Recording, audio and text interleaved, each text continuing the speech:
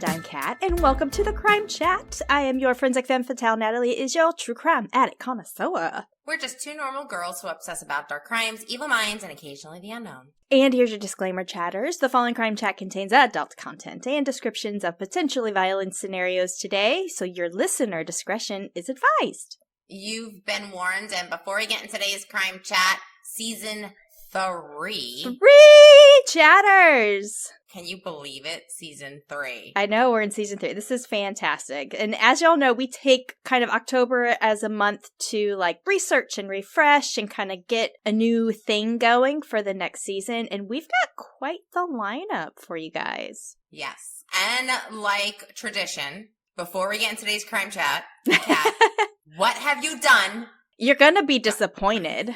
Oh, stop it. I didn't watch the Fall of the House of Usher. I haven't watched it yet. Okay, well. Believe me, it's there. I am anticipating, but my schedule and Chris's schedule just have not, aligned.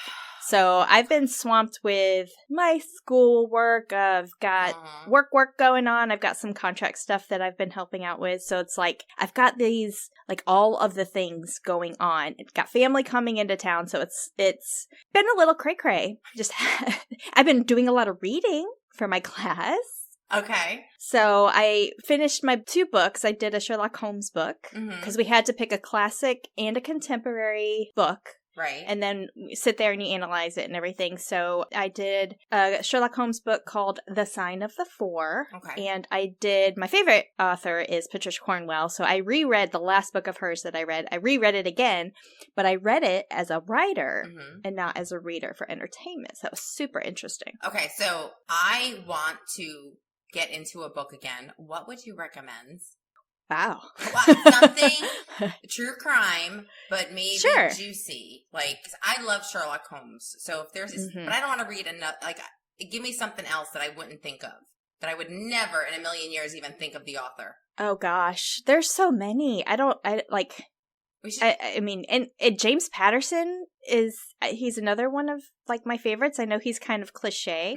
But he did a book that was it was nonfiction, and it was talking about a couple of different cases that I thought was very, very good. And the name of it is escaping me right now, but he did write a nonfiction book on true crime, which was super interesting. Of course, I'm going to go with Patricia Cornwell. I mean, she's got this series called the Scarpetta series, right? And it follows medical examiner Dr. K. Scarpetta through various different books. I mean, there's probably, I'm guessing, but maybe 20 books in this series so far. Right. And the one that I just reread again for this class, there's one, it came out in 2021. There's one that came out either in 2022 or 2023. So there's another book that I still have to read on the series.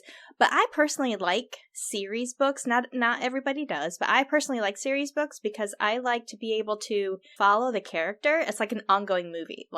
She always brings up either previous other characters in the book, some sort of familiarity that you kind of feel comfortable bringing up, flashing back to some previous things, but then also taking a lot of those same main characters and pushing them into a new adventure. So okay, so Patricia Cornwell, what book would you recommend I pick up? What series?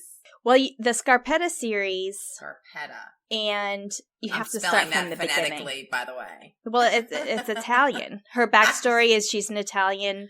She was born in Miami, Florida, but her family came from Italy, so her family is of Italian immigrants. So okay, yeah. All right.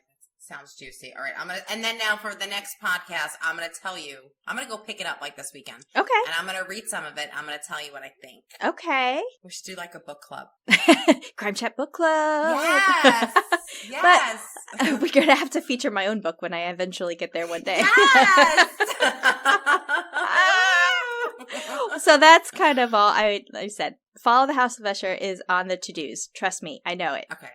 But what about you? I haven't done really anything but work, write this story. Yeah. Edit the updates that we just had. Yes. We just did a bunch of case updates for season 2. That was fun.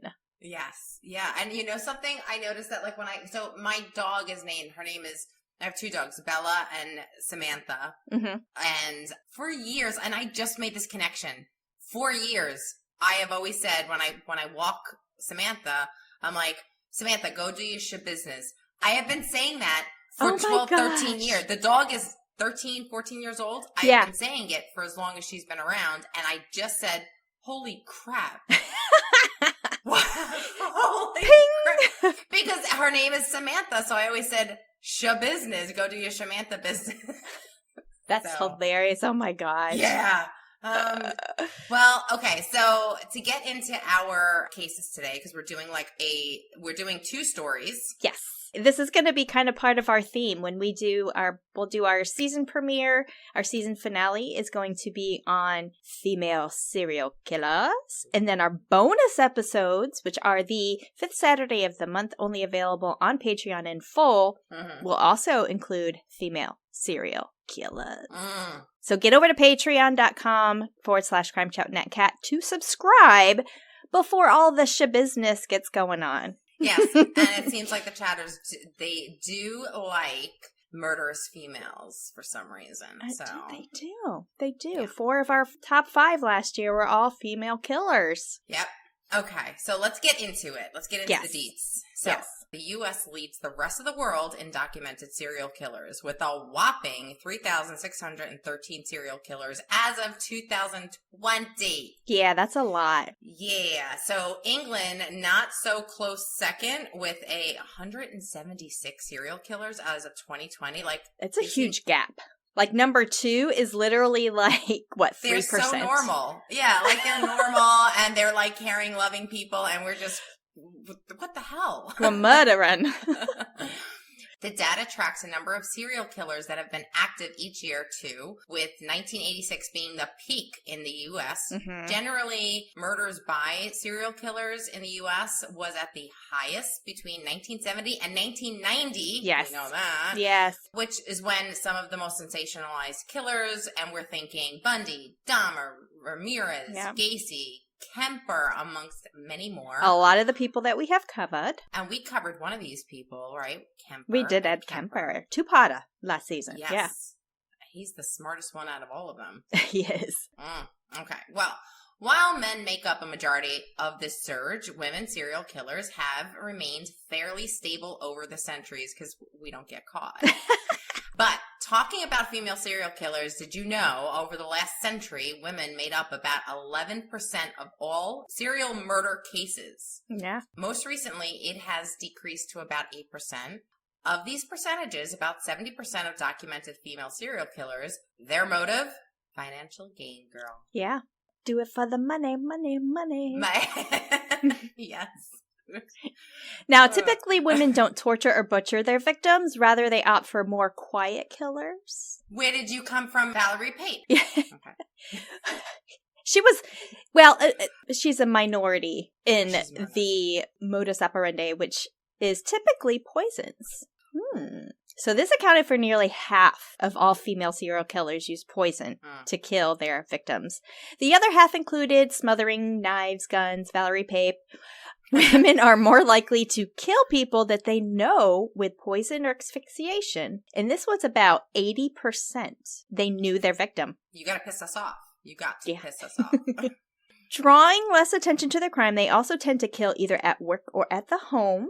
And also, women tend to kill serially over a longer stretch of time than men do. So they like to sprinkle it out. If you think of the Leonardo Cianciulli, she killed 3 women over the span of about a year and a half. So just as an example, like a longer stretch of time. Now, one theory that I found was like super interesting was that the roots of men and women, why they kill, actually goes back to the hunter-gatherer heritage concept. Now, men hunted, women gathered. And when this was evaluated through evolutionary psychology, modes of killing were listed to be a byproduct of the hunter-gatherer heritage. Men are more likely to hunt their victims, while women gather to draw the victims in near to them. Isn't that super interesting? That is super interesting. I just thought that was cool. I never knew that. Yeah, and women, I guess, are less violent, less of a mess. Yeah, I don't want to clean up that mess. Just if you go quietly in your sleep, that's fine. Right. Oh my God. I'll grieve you just the same. Yes, that was a good intro because that sets us up for the entire season. Yes, it does. So be ready, chatters. But today we're going to give you two stories to kick off the season with female serial killers. Well, Kat, have you ever heard of the Giggling Granny? I have. Or she also goes by the Lonely Hearts Killer. Or the Black Widow. Oh. Or, as one newspaper put it, a self-made widow. Oh, okay. These are the nicknames, some of the nicknames for Nannie Doss, an American serial killer who gained notoriety by murdering multiple people, multiple family members, including 5 husbands and a monster-in-law. Now, I totally do not agree with murder at all, but, you know, mother-in-laws... Okay, when you hear her side, you're going to be like, oh shit, yeah, okay. Yeah. That's what I was going to ask is not that was it justified, but was it justified? Yeah. No. Okay. Yes, no. Yes, no, yes. Ish. So today our crime chat takes us to Sweet Home, Alabama. Yeah. Have you been to Alabama? I lived in Alabama. You lived in Alabama? Yeah. I lived in Alabama for almost 4 years. I was stationed there. Oh, okay. I was going to say, I thought you came from Jersey to Carolina. That was the last state that I lived in before moving to South Carolina. So I lived just outside of Montgomery. So how did you like it? It's a lot like it is here. Is it? Okay. Yeah. Okay. It's very similar. Yep. So our case is in the Blue Mountain area, which is a small and quiet town. It's surrounded by the stunning natural scenery in the Appalachian region. You've been there before. You said last time we had a conversation about this before. So this is probably northern Alabama. You got me. I have never been there. Yeah. No. We'll go with yes. Yes, okay. This includes rolling hills, forests, and streams. The Appalachian Mountains span across several states in the United States, including Alabama, Georgia, Tennessee, North Carolina, South Carolina, Kentucky, Virginia, West Virginia, Maryland, Pennsylvania, New York. So yeah, it's big. Okay. It's a big, big and long. I have lived in 1, 2. So I've lived in 1, 2, 3, 4 of those states. I have family in an additional 4 states. So we over up in the Appalachians. So I think I've never been to Alabama. I've been to Georgia. I've never been to Tennessee. I've been to North Carolina, South Carolina. Never been to Kentucky. I think I drove through Virginia and West Virginia. Been to Maryland, Pennsylvania, of course, New York. Yeah. But yeah, it's a huge area that spans and apparently it's like absolutely beautiful. Yeah. Okay. Especially this time of year. And isn't the Ozarks in that area? Ozarks is in Missouri. Okay. Yes. I don't know why I keep on. Don't you remember the TV show? Yeah. The TV show Ozarks? Yeah. It's Missouri. So it's a completely different place. Yes. Okay. Midwest. Okay. All right. So our leading lady, Nannie, was born November 4th, 1905 in Blue Mountain, Alabama, to parents James Hansel and Lou Nay Holder. Nannie was one of 5 children. She had 1 brother and 3 sisters. Although specific details about them were not widely known, we know that one of her sisters was named Dovey, who eventually died under mysterious circumstances. So, bad Nannie. Do we need to put a pin in that? We need to put a pin in that. Okay. So the Doss family looked like the typical Southern household with a white picket fence and a farm. Her father, however, was very abusive when dealing with his family. He kept his children home to work on the farm rather than go to school. Oh, wow. Yeah, like he was giving birth to like his help, basically. Well, he wasn't giving birth. He was like spawning his help. I don't know. Nannie and her siblings worked from sunrise to sunset on the farm and missed out on a proper education. This is what this is what people think attributed to Nannie's poor academic performance and the primary reason why the entire family, including the mother, hated the father. Like everybody hated this man, James. Yeah. But unlike her father, Nannie's mother, Lou, was loved her children and was probably one of the few good things in Nannie's life growing up. Lou had also this like love for romance novels and magazines. And hell, with a husband like James, I mean, you're gonna retreat to shit like that. Yeah. You're gonna. It is what it is. There are so many women that got into 50 Shades for a very valid reason, okay? Just saying. Noted, I never did. I'm quite satisfied. So there we go. There you go, girl. There you go. You know, the crazy part is like all my friends were saying, oh my God, you got to read 50 Shades. I'm like, oh my God. I was at Sam's Club and I saw 50 Shades at the counter when you were checking out. I'm like, you know what? Let me try it. Let me buy it. Mm-hmm. Mm-hmm. I couldn't believe how dirty it was. I could not believe it. And then I started looking at my friends differently, like, girl, you were into some stuff. But anyway. Never read it, never watched any of the movies. You're not missing anything. No, okay. Not missing anything. Okay, so she also started reading her mother's romance novels, and it became like a passion of hers. She loved, I guess, just like, you know, mentally checking out of her life and kind of going on this little fantasy of falling in love and running away and all this good stuff. Yeah. Now, despite being in a house full of people, Nannie was really lonely. And I could see that. She's the eldest. She's kind of like, you know, probably taking care of the younger siblings. And her father's abusive and doesn't allow her to do anything. Now, her father not only kept them from attending school, but he did not allow the girls from wearing any, like, attractive or clean clothing or even put on makeup till late teen years. Mm-hmm. In his twisted way, James believed that he was protecting his daughters from molesters. So, in his mind, having them wear rags was the best way to go about it. Yeah, okay. He also prohibited them from attending social events, no school dramas or dances or birthday parties, and they rarely left the farm. So this was a tough childhood. I mean, you know.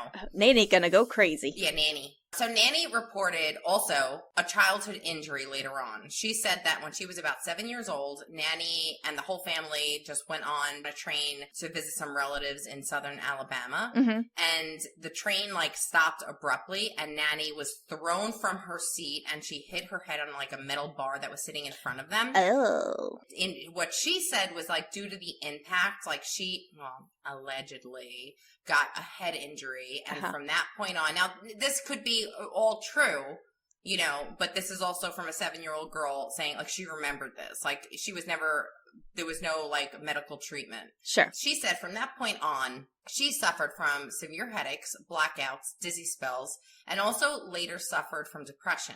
Mm-hmm. Nannie would later go on to blame her mental instability and personality disorders on that accident. So that's why I'm saying, I'm like, I mean, head injury. The upbringing, head you. injury in itself, but like the upbringing Thank you. is enough to do any kind of like personality disorder, mental instability. Yeah. Yeah. There's a lot to unpack there. Yeah. Which leads us to her first marriage and murder.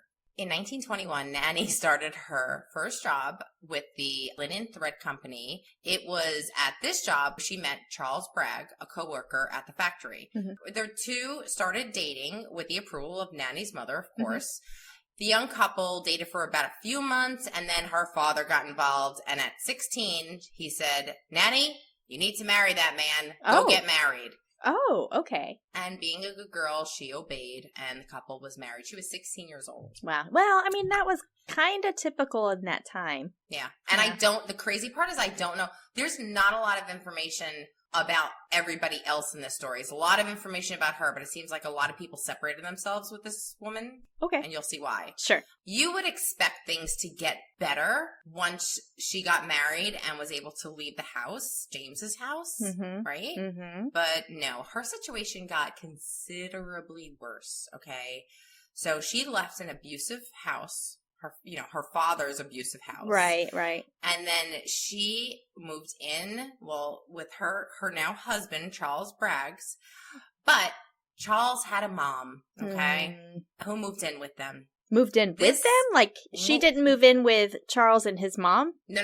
The mother-in-law moved in with them. So they were already living at like an apartment. And then mother-in-law was like, oh boy. You know, I want to live with my son. So Charles was her only son, and she was not married. I guess she felt like she was getting left behind or something. And this is not like a mother-in-law. This is a monster-in-law. So Lordy. She became a real problem in Nannie's marriage. And she was like very insistent, like after they got married, I need to live with you guys.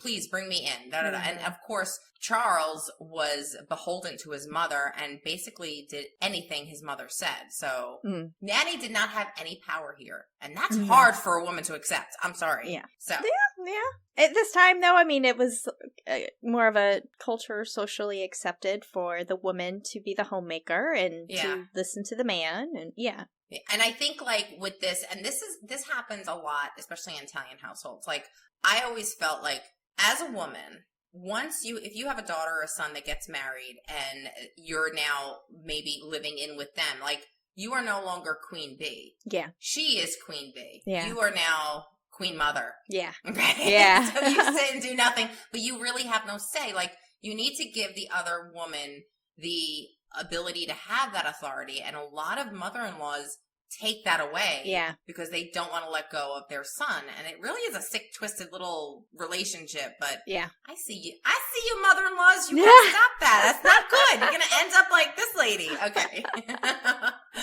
So on top of that whole crazy situation and Nannie not having any power in her house, Nannie was also the mother-in-law told her son Nannie shouldn't be allowed to leave the house either when she wanted to. And you know what? On top of that, when Nannie's mother, Lou, comes to visit, she can't stay with us. She needs to go to a hotel. What? Yeah. Ew. So you can see who this mother is. Yeah. So now, between 1923 and 1927, the couple had 4 daughters. Like they were busy. Popping them out.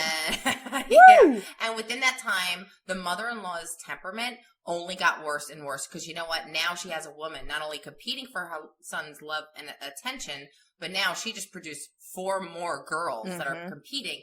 So now the mother-in-law is feeling especially weak in that situation, and she should.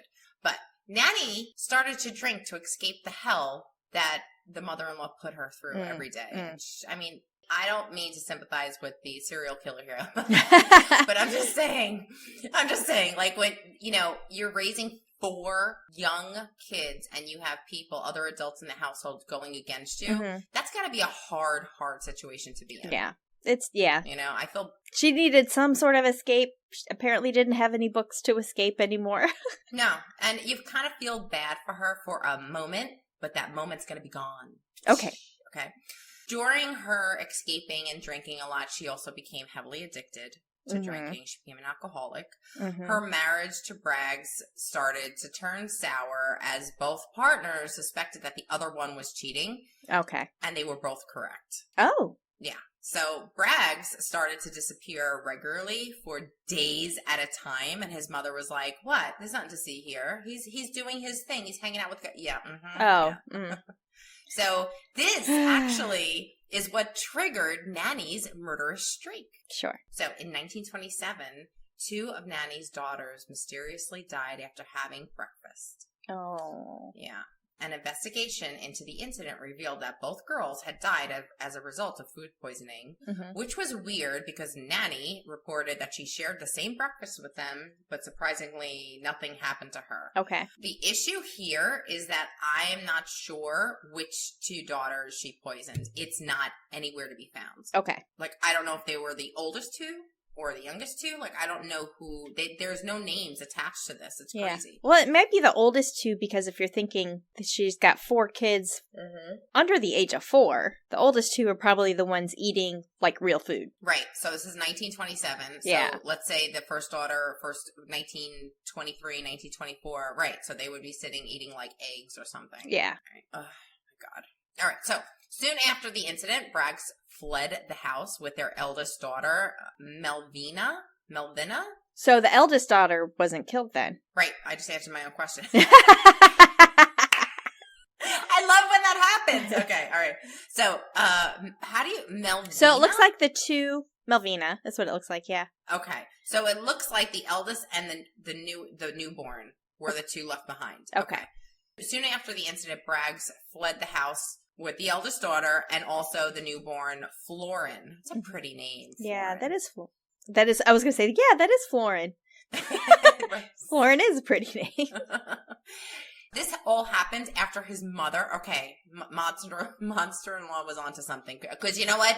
evil can notice evil. Sure. You could pin out. So I think the mother saw something in her. So yeah. the mother warned him, do not eat anything your wife cooks for you because she thinks that she is poisoning the children. Okay. Braggs made the right move. They fled, and he earned the title in the neighborhood as being the only husband not killed from Nannie. Well, technically he's not. You know, he wasn't killed from Nannie. Good job, Charles. Yeah. Braggs returned with Melvina in the summer of 1928 with his new girlfriend and new child. The couple got divorced immediately after that, and then she moved back in with her parents on the farm, taking a job at a cotton mill to provide for herself and her daughters. Well, just the one daughter, right? Because the oldest went with Charles. He brought her back in 1928. Oh, but then he brought her back. Okay. Tracking. And now when Charles fled with Melvina originally, did the monster-in-law go also? Yeah. Oh, yeah. Okay. Yeah. We're on to second marriage and more murders. Nannie met her next husband, Franklin Harrelson, through a Lonely Hearts column in the newspaper. Oh, remember those? Oh, I don't. They were like, I'm assuming they were like Craigslist for dating. Yeah, that's like the classified ads. Oh, Single white female. I think it was originally called like the Lonely Hearts section, but it eventually turned into like the classified section of the newspaper. Why would you call it Lonely Hearts? You should be because you're searching for love. The hot singles, like the sizzling singles. I don't know. That seems so bleak and so blah. Yeah. They exchanged letters and poetry and steamy photographs. Ooh. They got married the same year, but things took a turn for the worse as Harrelson's violent temper and alcoholism began showing up in their marriage. So, you know what? Nannie's got a type. Let's put it that way. Was Nannie still drinking as well? Oh, yeah. Okay. So they both had fuel in the fire. Yeah, absolutely. Okay. Yeah, she definitely had like this temptation. Like she definitely had a type of a man that she likes. Sure, like maybe the bad boy. She liked the bad boy. Yeah. I don't know. Yeah, but despite this, they were married for 16 years. Oh, okay. During their marriage, one of Nannie's daughters, Melvina, got married herself. Okay. Melvina had her first son in 1943, and then she had a daughter in 1945. But in 1945, while she was at the hospital exhausted from delivery, Melvina thought she was dreaming at the time because she was like in and out of sleep. She thought she saw her mother, Nannie, kill her day-old daughter by sticking a hairpin in her skull. She thought she dreamt it. Okay? Melvina woke up to the news that her infant daughter was dead. Oh my gosh. She told her husband and her sister that what she saw that night, and they also corroborated that, yes, they saw a hairpin with Nannie. Like, she was fiddling with a hairpin. I guess back then they had the really long hairpins to stick in. Yeah. They also said that, I saw her that night before the baby died as well with the hairpin. Oh my God. I know. The tragic incident caused Melvina and her husband to separate. Meanwhile, dear old Nannie took out a $500 life insurance on Melvina's 2-year-old son, Robert. Remember, she had a baby in 1943, a son. Yeah. On one fateful day, July of 1945, Melvina had a rather nasty argument with her mother about the man she was currently dating. Apparently, Melvina had the same type of man that Nannie did. Well, go figure. But Nannie didn't approve of it because, it wasn't her. Because she was judging. She was just very judgy, okay? The argument got so heated that Melvina stormed off to stay with her father for a while, leaving Robert in her mother's care. Like, why the fuck would you do that? Full knowing that she possibly could have hurt your baby. Yeah. Yeah. I don't get it. Was it the girls? I don't, so far she's only killed girls. That is such a great point. I didn't even think about it. You're right. It could be like that female... What do you call that when female are super, I wouldn't say misogynistic against other females, but Take out the competition. Take out the... Oh, that's sick. Yeah. Okay. So she left Robert in the care of her mother, and on July 7th, Robert allegedly died of asphyxiation while alone with Nannie. A couple of months later, she cashed in on Robert's life insurance, which was $500. Did Melvina know that Nannie had a life insurance policy on Robert? No. I didn't realize that you could do that back then, that you could just take a life insurance policy out on anybody. Yeah. That's crazy. Huh. I guess as long as you pay the premium. Right. Who cares? Oh, I think they're on to that, though. So, unfortunately for her family, Nannie's grandson wasn't the only murder committed that year. Oh, Lordy.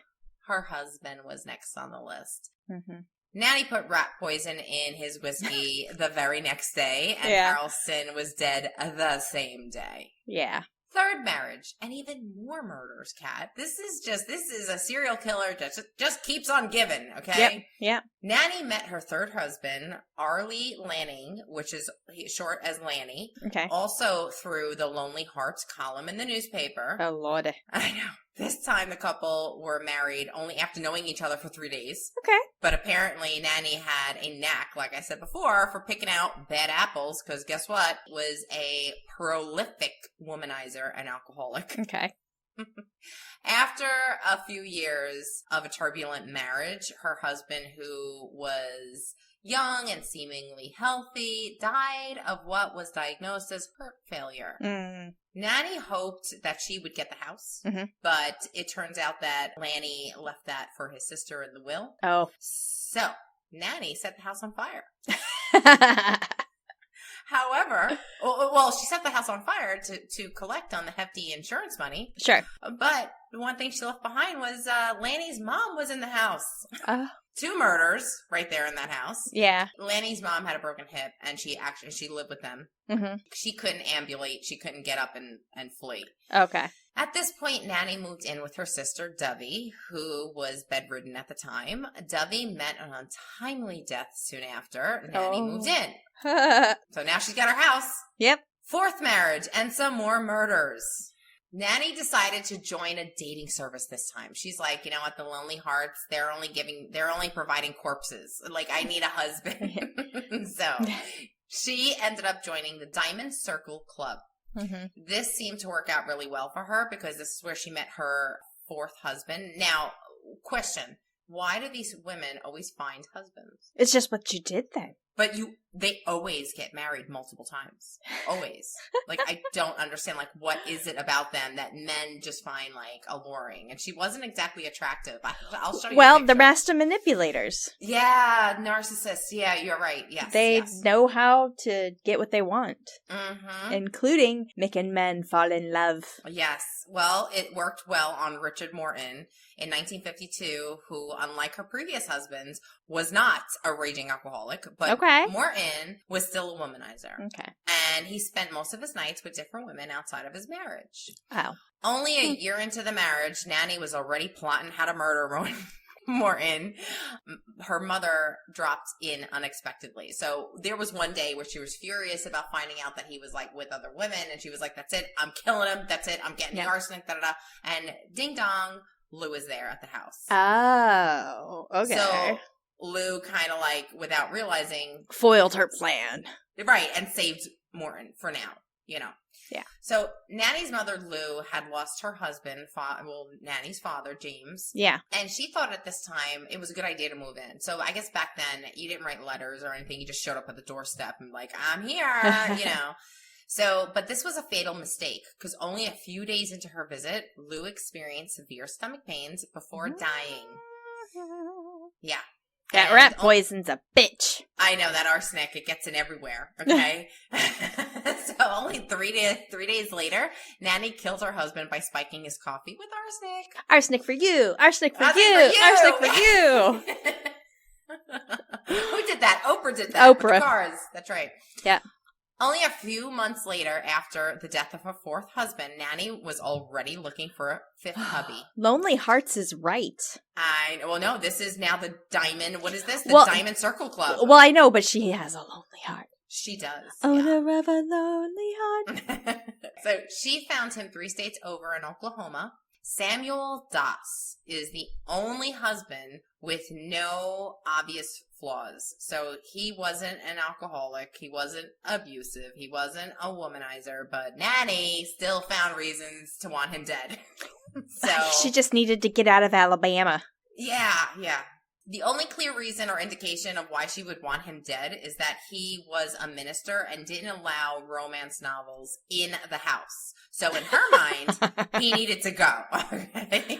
Mr. Doss was hospitalized after eating a prune cake laced with arsenic, but he shockingly survived this ordeal. Okay. After this, he was discharged to go home, and Nannie did not waste any time finishing the job by poisoning his coffee with arsenic yet again. Mm-hmm. And this time, she got it right because she killed him, and she killed him the same day he got out of the hospital. Oh, honey, you're home. You want some coffee? This lady doesn't give a fuck. Yeah. Like, she just doesn't care. She's like, you gotta go. Like, she gotta go. Yeah.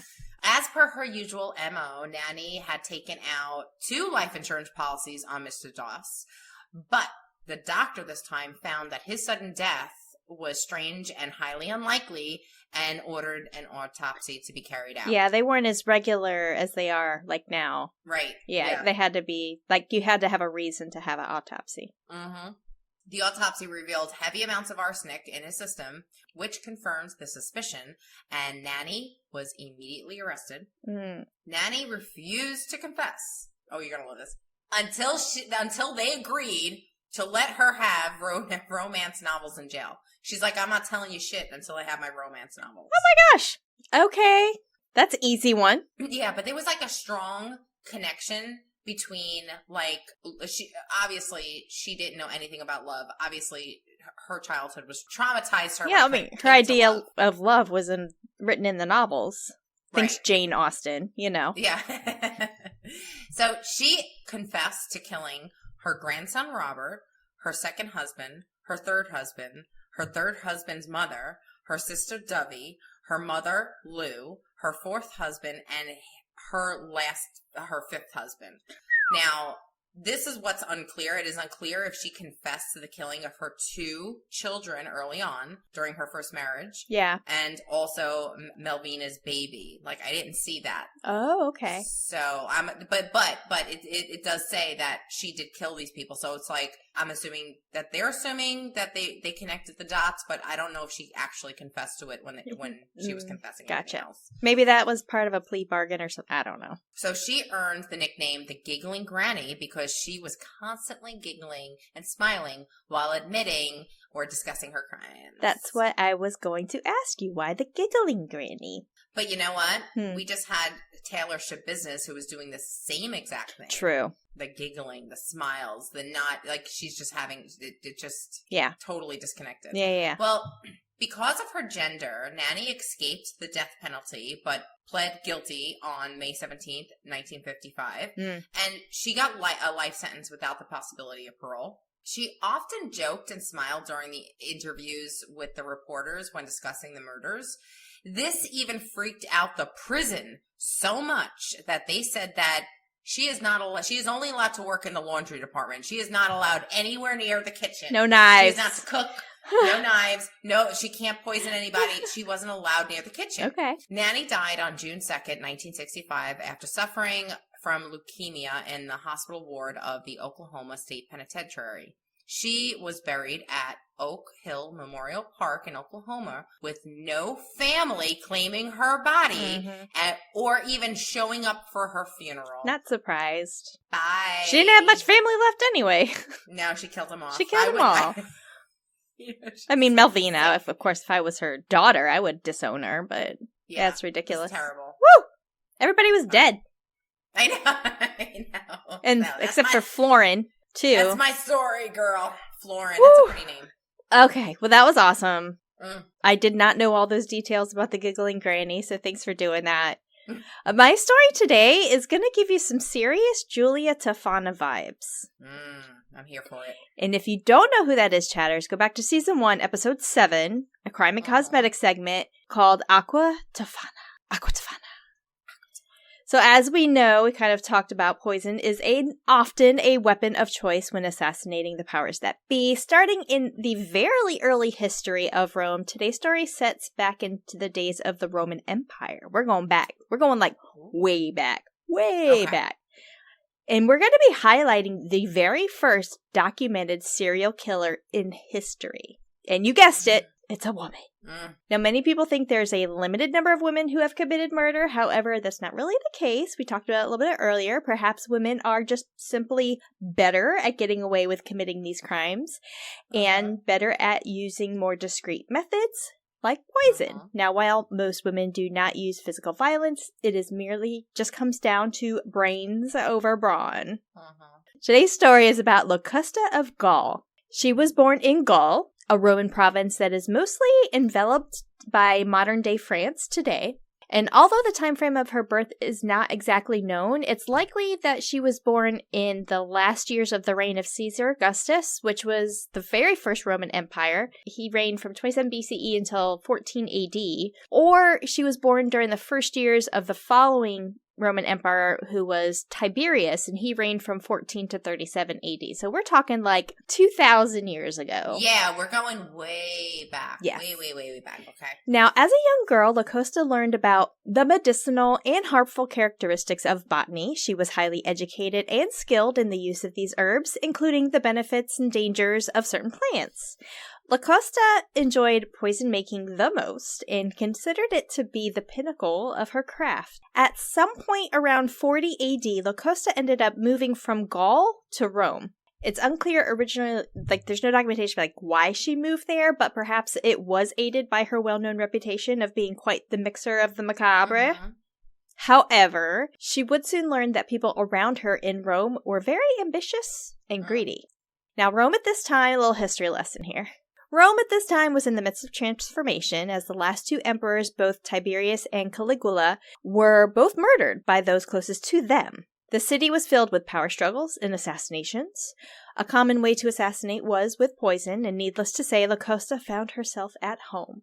There were many people in Rome in those days who wanted to hurry along the deaths of their rivals and their relatives, and they needed it to make it look like it was a natural cause. Not only was there a rise in poisoning of food and drink, but there also became an impending fear of being poisoned. So not only was the threat there itself, but then there was the fear of dying. Yeah, knowing that people are doing this. Yes. There is a way. Yeah. Oh. Now, subsequently, out of fear of this type of assassination, rulers of the area hired food testers and used slaves to make sure that their tasty treats weren't tainted. Locusta began creating small poisons for clients, but would soon find herself arrested and convicted using her lethal concoctions. However, with most of her clientele being in the upper class and of nobility, they were able to save her from execution on multiple occasions.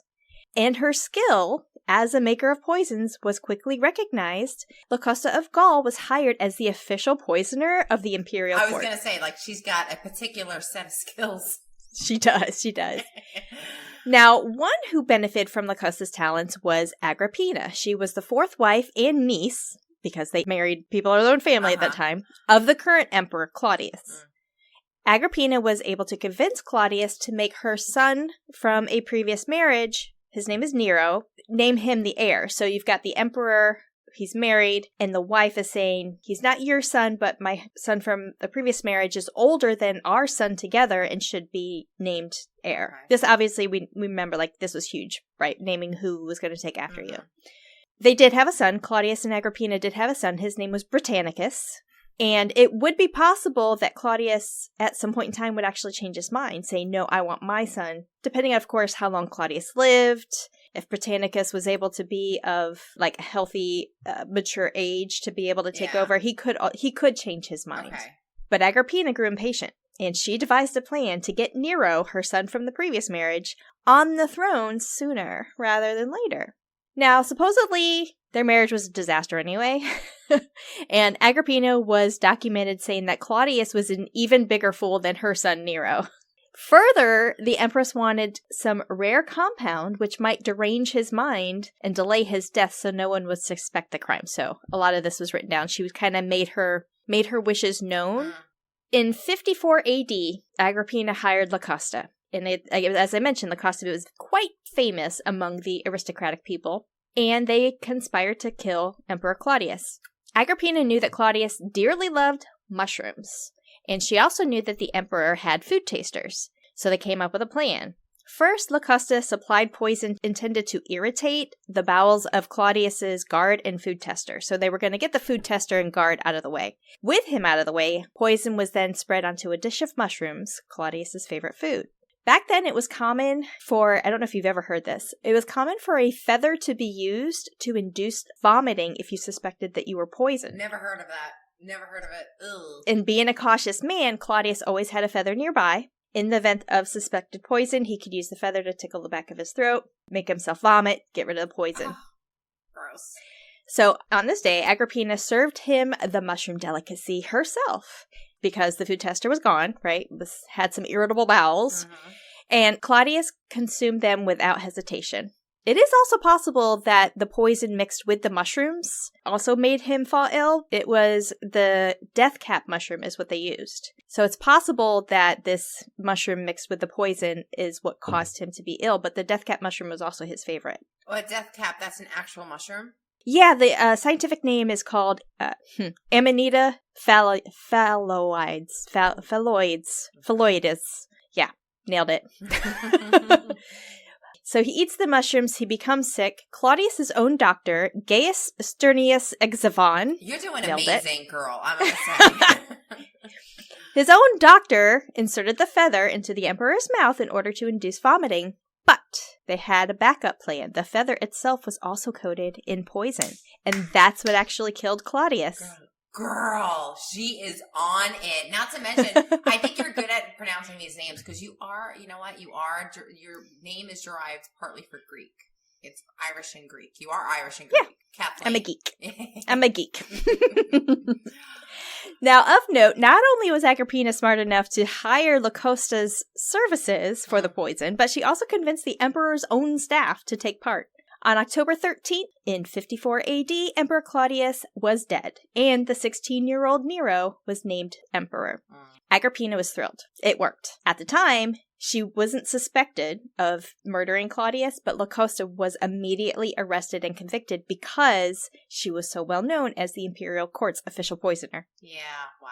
Now, new Emperor Nero, aware of Locusta's abilities, he wasn't eager to send her to execution. He still needed her. Quietly, a few months after her arrest, Nero ordered Locusta to be released from prison and develop a new plan for her services. He wanted to eliminate any chance of his half-brother, the younger brother, Britannicus, from claiming the throne for himself. This is crazy. Nero followed in his mother Agrippina's footsteps and hired Locusta. However, Agrippina wasn't aware of Nero's plan. After all, Britannicus was also her son. Yeah. Oh my God. Well, you know what? Karma. Yeah.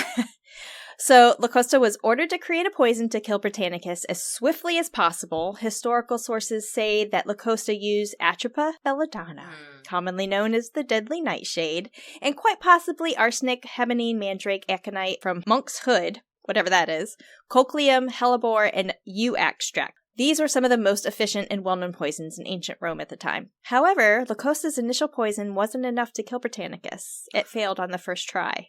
Nero was pissed. Not only did he order Locusta to make a stronger poison, he also ordered Locusta to be tortured. He personally flogged her for her failure and no longer cared about being discreet either. He was like, you will make a stronger one. And in order to ensure the effectiveness of this new poison, Locusta tested her toxins on animals and on slaves to prove to Nero that it was going to be effective.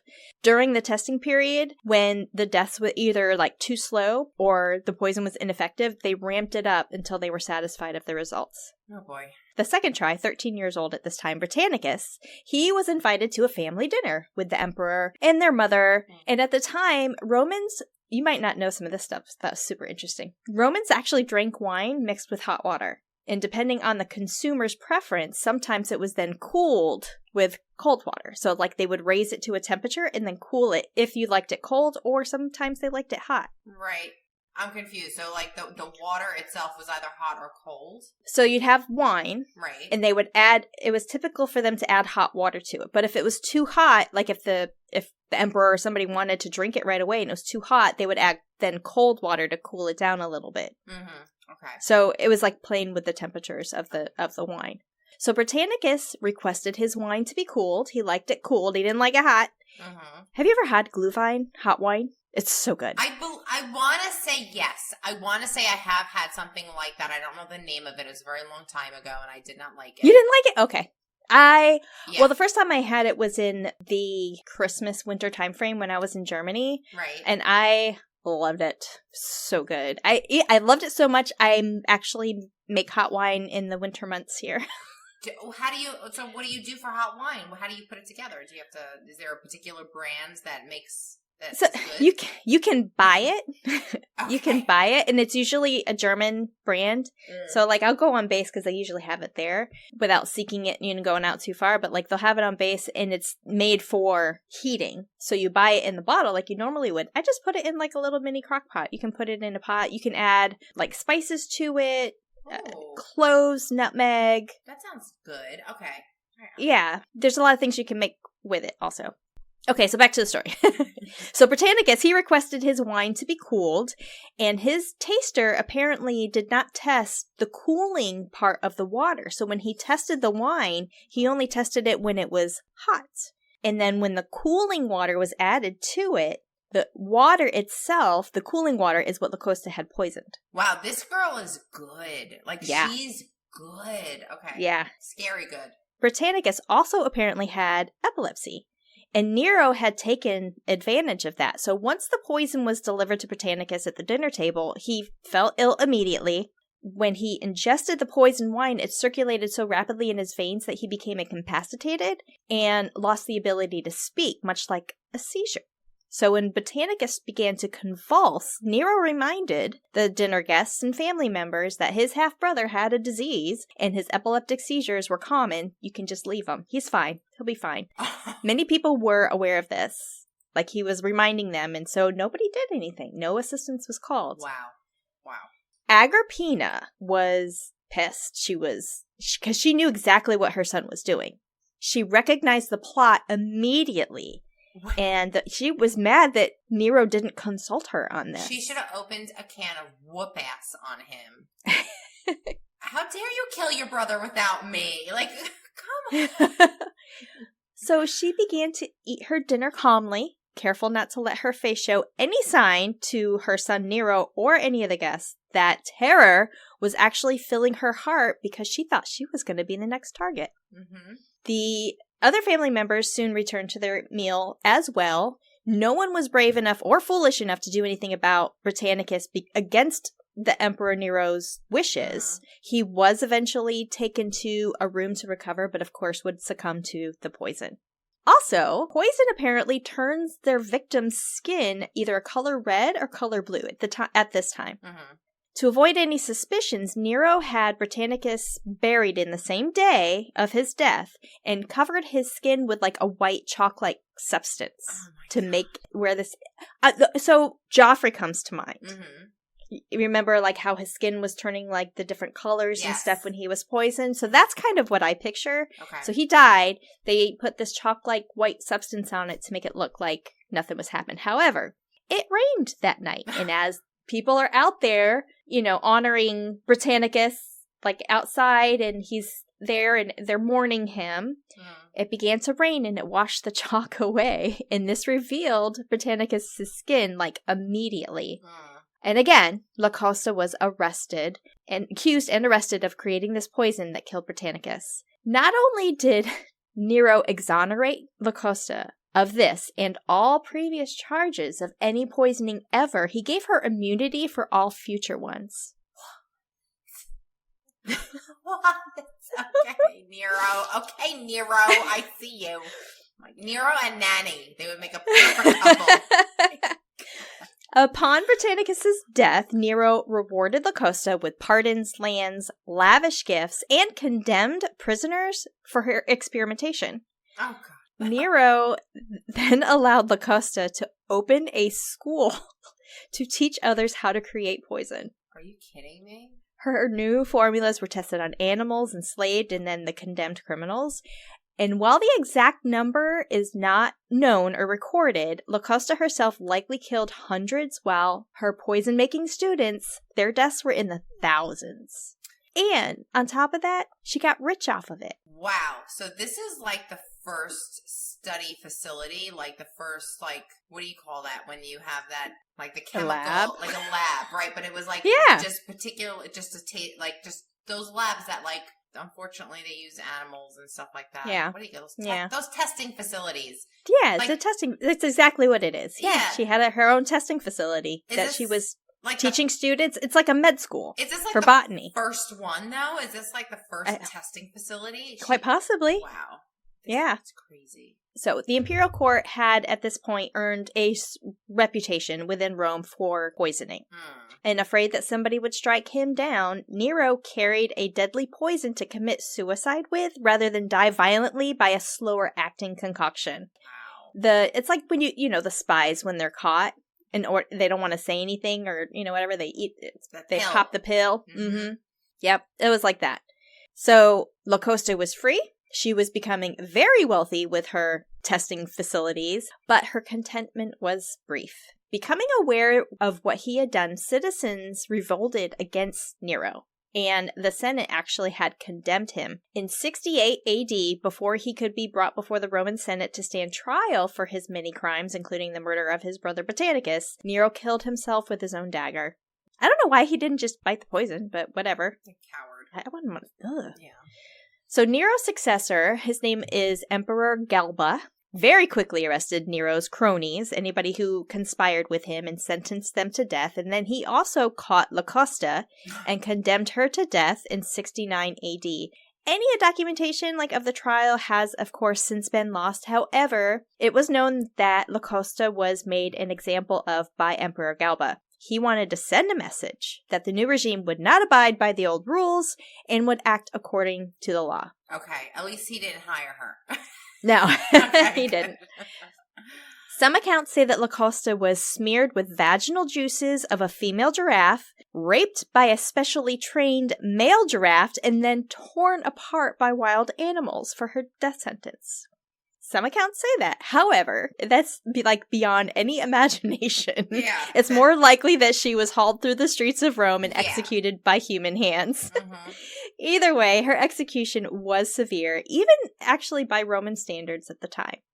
After her death, many Roman historians condemned Locusta, and in the first century, Roman historians tore apart emperors like Nero and Caligula and the tales of Nero's poisoning and his enemies that made him look like a coward because poison was seen as a woman's weapon and not the tool that a manly Roman soldier would use to confront their rivals. It was sneaky. Yeah, of course. So some describe Locusta of Gaul as an opportunist who tied her fortunes to the imperial family to escape prison or even death sentences. Others describe her as a cold-blooded killer.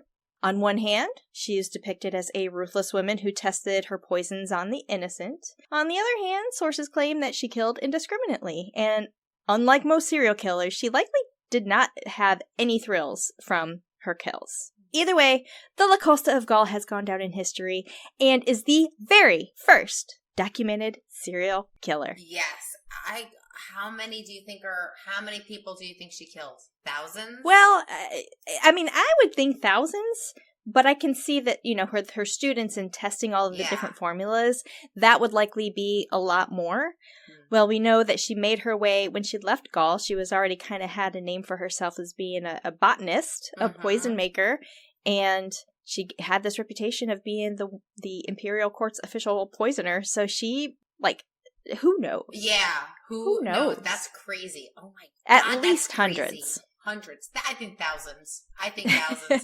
Definitely. Well, you could even think that she was responsible for her students or the, ones because she was in charge of them at that time. I'm assuming that the school shut down after that. Well, between direct and indirect, she was responsible for thousands. Thousands, yeah. That is crazy. And I have to admit, while you were saying the names and stuff, listen, we need to start bringing these names back into circulation. I would love if somebody was named Britannica. What was his name? Britannicus. Britannicus. What a name. Britannicus. That's a cool name. Come on. Yeah. Oh my God. Yeah, I like that name. Yeah. Oh, thank you for doing that. That's awesome. Okay, you're welcome. And it's ironic that both of our girls used poison. I have a feeling since our theme is female serial killers, we'll be talking about a lot of poison this year.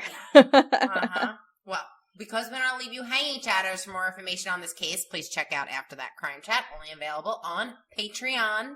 And don't forget to follow us, Crime Chat with Nat and Kat, on all of our socials, Facebook, Instagram, YouTube, TikTok, and Twitter. See what we got coming up. Remember, Crime Chat with Nat and Kat, when you become a chatter on our Patreon, you'll have access to bonus episodes, behind the scenes, bloopers, free merch, and check out some merch in the works for season 3. Woo! We may have to do some type of poison-related thing. Oh, we need some good catchphrases. Yes. And be sure, so our next episode, we got Thanksgiving coming up. Yes. We did the Thanksgiving murder before. We're going to stick to another Thanksgiving theme, death. You do not want to miss it. So, We'll see you on the next Crime Chat. bye. Bye.